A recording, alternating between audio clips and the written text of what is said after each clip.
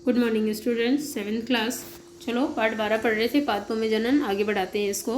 और मैंने आपको बताया था किस तरह से हम लोग जो है वो जनन में भी लैंगिक जनन पढ़ रहे थे। कायिक प्रवर्धन पढ़ा हमने।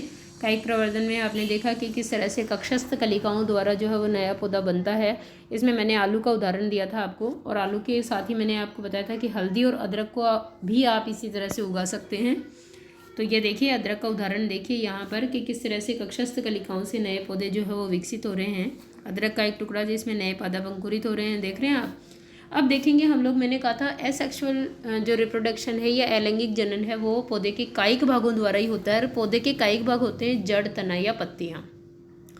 मैंने आपको बताया तने में जनन। तने में मैंने आलू का, अदरक का और इनका उदाहरण दिया आपको कि किस तरह से तने का जो पर्व होता है वहाँ पे कक्षस्थ कलिकाएं पाई जाती है और वो नई शाखाएं विकसित करती हैं, वही नया पौधा बनाती हैं। अब हम लोग देखेंगे पत्तियों द्वारा जनन। तो ब्रायोफिलम या पत्थर चट्टा, सामान्य नाम पत्थर चट्टा है, एक पौधा है, मैं नीचे आपको दिखाऊंगी चित्र में। तो ब्रायोफिलम में पत्ती के किनारे के गर्त में कलिकाएं होती है। पत्ती का जो किनारा होता है ना, उसके जो कट्स होते हैं, है ना, ऐसे शेप में, वहाँ पर कक्षस्थ कलिकाएं होती है बच्चों। जब ये पत्ता मिट्टी में गिर जाता है पौधे से टूट करके और उसको उचित परिस्थितियाँ मिलती है तो ये कक्षस्थ कलिकाएं पूरी अंकुरित हो जाती है और एक ही पौधे पर एक ही पत्ते पर कई सारे नए पौधे बन जाते हैं, है ना। चित्र 12.4 में आप देखिएगा, यदि इस पादप की पत्ती आर्द्र मृदा यानी नम मिट्टी में गिर जाए तो प्रत्येक कलिका या मुकुल जो है वो नए पादप को जन्म दे सकती है। कुछ पादपों की जड़ें यानी मूल भी नए पादपों को जन्म दे सकती है, क्योंकि मूल भी जो है वो कायिक भाग है पौधे का। उदाहरण के लिए शकरकंद और डहेलिया, है ना, शकरकंद और डहेलिया। अगर आप शकरकंदी के जो बेल है उसकी एक जड़ लाकर लगा देंगे तो बहुत फैल जाएगी वो, और उससे नए कई पौधे बन जाएंगे।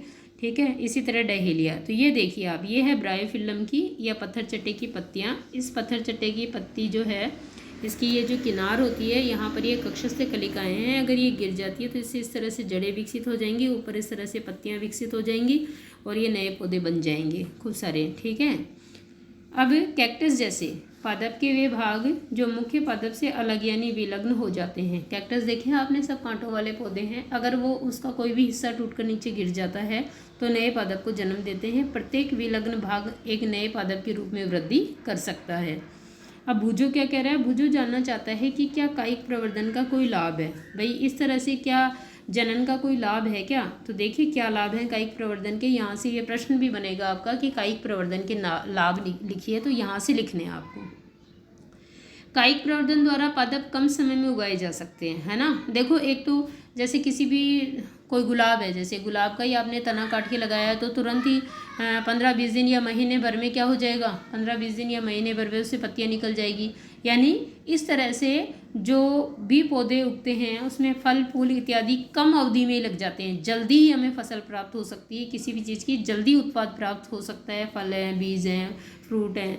इस तरह से बीजों से उगाए जाने वाले पादप की अपेक्षा कायिक प्रवर्धन द्वारा उत्पन्न पादपों में पुष्प और फल कम अवधि में ही आ जाते हैं। एक तो समय की बचत होती है, ठीक है, ये पहला लाभ है कायिक प्रवर्धन का। नए पादप जनक पादप की यथार्थ प्रतिलिपि होते हैं। क्लोन जिसको कहते हो ना आप लोग, क्लोन में कोई भी गुण ऊपर नीचे नहीं होता, डिट्टो फोटोकॉपी होती है एक से दूसरे की।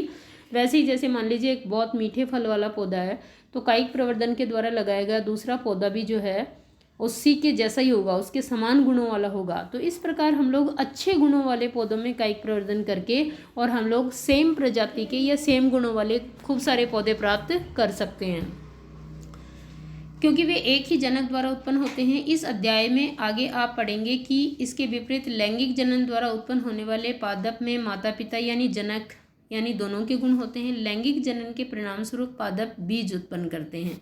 तो ये हमने देखा था कायिक प्रवर्धन। अब हम लोग अलैंगिक जनन की विधियां देख रहे थे। पहला कायिक प्रवर्धन था। कायिक प्रवर्धन के बाद में हम लोग देखेंगे मुकुलन। देखिए मुकुलन मतलब कोई अतिवृद्धि, जैसे हमारे शरीर पे फोड़ा निकल जाता है ना, उसी तरह से ये एक फोड़े समान अतिवृद्धि होती है। तो मुकुलन क्या है देखेंगे। आपने पहले ईस्ट के बारे में पढ़ा है। ईस्ट एक कवक है, एक कोशिकीय कवक है, ठीक है, जिसे केवल सूक्ष्मदर्शी द्वारा ही देखा जा सकता है। इसके लिए यदि पर्याप्त पोषण उपलब्ध हो, मान लीजिए ईस्ट के लिए अगर जैसे मान लीजिए नम रोटी है, ब्रेड है, उसके ऊपर है ना फफूंद को लगते आपने देखा होगा, तो ऐसा अगर संवर्धन माध्यम मिलता है ईस्ट को पर्याप्त पोषण वाला, तो ईस्ट कुछ ही घंटों में वृद्धि करके गुणन करके, ठीक है ना, जनन करने लगते हैं। याद रखिए कि ईस्ट एक एकल कोशिका जीव है, यानी एक कोशिकीय कवक है। आइए हम देखते हैं कि ये जनन कैसे करते हैं। 12.3 देखिए, क्रियाकलाप शिक्षक शिक्षिका द्वारा प्रदर्शित किए जाने के लिए बेकरी से ईस्ट केक अथवा केमिस्ट की दुकान से ईस्ट पाउडर खरीद लें। देखो बच्चों, ये कवक का सुखाया हुआ पाउडर होता है और ये आसानी से आपको उपलब्ध हो जाता है किसी भी बेकरी पर या केमिस्ट के यहाँ। चुटकी भर ईस्ट लेकर इसे किसी ऐसे पात्र में रखें जिसमें कुछ जल हो। इसमें 1 चम्मच शक्कर डाल दें, क्योंकि आपको पता है कवक हैं तो किण्वन करते हैं शर्करा का, तो शक्कर डाल दें, उसे जल में घोल दें। अब उस पात्र को किसी कमरे के गर्म भाग में रखें। 1 घंटे के पश्चात इस द्रव की 1 बूंद कांच की स्लाइड या पट्टी पर रखकर देखें सूक्ष्मदर्शी से। आपको क्या दिखाई देगा? आप नई ईस्ट कोशिकाएं देख सकते हैं। इस तरह देखो आप, ये ईस्ट कोशिका एक, मैं बताती हूँ आपको मुकुल कैसे विकसित हुआ। ये एक सिंगल ईस्ट कोशिका थी। इसके बाद इसमें ये देख रहे हो, इससे फोड़े जैसी होती है, ये मुकुल है। ये मुकुल धीरे धीरे इसके शरीर पे बड़ा होता है और पृथक हो जाता है। बाद में 2 कोशिकाएं बन जाएगी। ये एक मुकुल अलग इसमें केंद्रक है और इसमें भी 2 बन गई। इसी प्रकार कभी कभी मुकुलों की पूरी एक श्रृंखला एक के ऊपर एक भी विकसित हो जाती है। देख रहे हो ना आप, है ना? इस तरह से एक साथ कई मुकुल बन जाते हैं और प्रत्येक मुकुल जो है वो एक अलग ईस्ट में, ये अलग जीव में विकसित हो जाता है। तो इस तरह से ये ईस्ट में मुकुल था। और ईस्ट क्या होती है? एक कोशिकीय कवक होती है। ईस्ट कोशिका से बाहर निकलने वाला छोटे बल्ब जैसा प्रवर्ध मुकुल या कली कहलाता है। मुकुल क्रमशः वृद्धि करता है और जनक कोशिका से विलगित यानी अलग होकर नई ईस्ट कोशिका बनाता है। नई ईस्ट कोशिका विकसित होकर परिपक्व हो जाती है ना, यानी संपूर्ण जीव का आकार ग्रहण कर लेती है और फिर नई ईस्ट कोशिकाएं बनाती है, वो भी जनन के लायक हो जाती है। कभी कभी नवीन मुकुल से नए मुकुल विकसित हो जाते हैं, यानी एक के ऊपर एक विकसित हो जाते हैं, जिससे एक मुकुल श्रृंखला बन जाती है। ये इसमें आपको दिखाया था ना मैंने, यहाँ ये देखिए आप, ये मुकुलों की पूरी श्रृंखला है। 1 से अधिक मुकुल है यहाँ पर, है ना, ये मुकुल श्रृंखला है। यदि यह प्रक्रम चलता रहे तो कुछ ही समय में बहुत अधिक संख्या में ईस्ट कोशिकाएं बन जाती है। तो ये थी दूसरी विधि, मुकुलन के द्वारा जनन। और आपको उदाहरण भी याद रखने हैं, क्योंकि मुकुल द्वारा जनन प्रत्येक सजीव में नहीं होता है या प्रत्येक पौधे में नहीं होता है। तो मुकुल द्वारा जनन जो है आप कहाँ बताएंगे? ईस्ट में बताएंगे। अब खंडन। खंडन का मतलब टुकड़ों में टूटना। आपने तालाबों अथवा ठहरे हुए पानी के अन्य जलाशयों में हरे रंग के अवपंकी गुच्छे फिसलनदार तैरते हुए देखे होंगे। ये देखिए इस तरह से कौन होते हैं? वो शैवाल होते हैं, आप जानते हो, है ना। ये स्पायरोगायरा नाम का एक शैवाल है, उसमें खंडन आपको दिखाया गया है।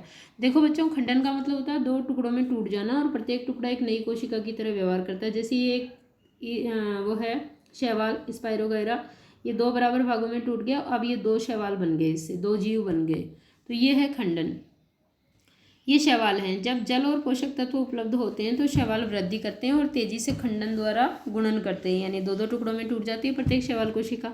शैवाल 2 या अधिक खंडों में विखंडित हो जाते हैं। ये खंड अथवा टुकड़े नए जीवों में वृद्धि कर जाते हैं। चित्र 12.6 के अनुसार यह प्रक्रम निरंतर चलता रहता है और कुछ ही समय में शैवाल जो है वो एक बड़े क्षेत्र में फैल जाते हैं। अब है देखिए बीजाणु। कुछ कवक ऐसे हैं, कुछ पौधे ऐसे हैं जिनमें बीजाणु बनते हैं, ठीक है ना। और बीजाणुधानी के अंदर बनते हैं। जब ये बीजाणुधानी फटती है उचित समय आने पर, तो उसके अंदर ये बीजाणु हवा में तैरते हुए या नीचे गिरते हैं, एक स्थान से दूसरे स्थान पर पहुंचते हैं और अंकुरित होकर के और नए जीव बनाते हैं। देखिए अध्याय 1 में आपने पढ़ा कि डबल रोटी में वायु में उपस्थित बीजाणुओं से कवक उग जाते हैं। क्रियाकलाप फफूंद लग जाती है ना। अगर डबल रोटी को या किसी गीली वस्तु को हम ढक के रख देते हैं, उसमें कवक का या फफूंद का जाल लग जाता है। वो इसलिए लग जाता है क्योंकि कवकों के बीजाणु हवा में तैरते रहते हैं। जब ये नम स्थान पर खाने योग्य चीज़ों पर पहुँचते तो उसमें फफूंद आ जाती है। क्रियाकलाप 1.2 को दोहराइए। डबल रोटी पर रुई के जाल में बीजाणुओं को देखिए। जब बीजाणु निर्मुक्त होते हैं तो वे वायु में तैरते हैं, यानी ये रही बीजाणुधानी। देखिए आप, ये बीजाणुधानी है, इसके अंदर इस तरह से बीजाणु होते हैं। जब ये बीजाणुधानी उचित समय आने पर फटती है इस तरह से, तो ये बीजाणु जो है वो कुछ तो नीचे गिरते हैं जमीन में और अंकुरित हो जाते हैं, कुछ हवा में तैरते हुए एक स्थान से दूसरे स्थान पर पहुंचते हैं और उचित परिस्थिति आने पर वहाँ पर अंकुरित होते हैं। जब बीजाणु निर्मुक्त होते हैं तो ये वायु में तैरते रहते हैं। चूँकि ये बहुत हल्के होते हैं इसीलिए ये लंबी दूरी तक जा सकते हैं। चित्र 12.7 में देख लेंगे आप। बीजाणु अलैंगिक जनन ही करते हैं। प्रत्येक बीजाणु उच्च ताप और निम्न आर्द्रता जैसी प्रतिकूल परिस्थितियों में परिस्थितियों को झेलने के लिए एक कठोर सुरक्षात्मक आवरण से ढका होता है, इसलिए ये लंबे समय तक जीवित रह सकते हैं। अनुकूल परिस्थितियों में बीजाणु अंकुरित हो जाते हैं और नए जीव में विकसित हो जाते हैं। मॉस और फर्न जैसे पादप में भी जनन बीजाणुओं द्वारा ही होता है। तो ये देखिए आप, फर्न में बीजाणु किस तरह से देख रहे हैं आप, ये सब बीजाणु है बच्चों। तो ये अलैंगिक जनन की विधियाँ पढ़ी हमने सभी, कौन कौन सी, पहली कायिक प्रवर्धन, दूसरा हमने क्या पढ़ा, मुकुलन, फिर उसके बाद में खंडन, फिर बीजाणु द्वारा जनन। ठीक है, ये सभी विधियां आपको कॉपी में करनी है। अलैंगिक जनन की समस्त विधियों का वर्णन करना है आपको चित्र सहित। ओके स्टूडेंट्स, कल हम लोग कल के वीडियो में जो है वो लैंगिक जनन पढ़ना प्रारंभ करेंगे।